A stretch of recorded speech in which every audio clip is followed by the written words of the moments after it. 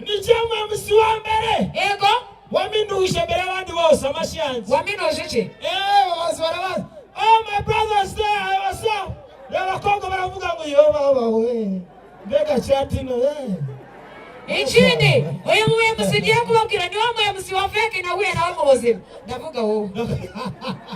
Alright. Okay, tamaga manzo kuri. Alright, uyu mwanze. Yego. Ndamukunda personally. Wamaze. Personal Ndamwembe. She dey chop my money now. Uti wada. She dey chop my money. Chokora seriously. Ni wa muhanzi kazi. Usikwimakia kurusha abandi. Rwose. Ishakabiri ni usikubyina kurusha abandi. Ishakatatu yabeza. Kwishwi arakosora. Wallahi. Wallahi. Kwa yazuru kuri. Teta.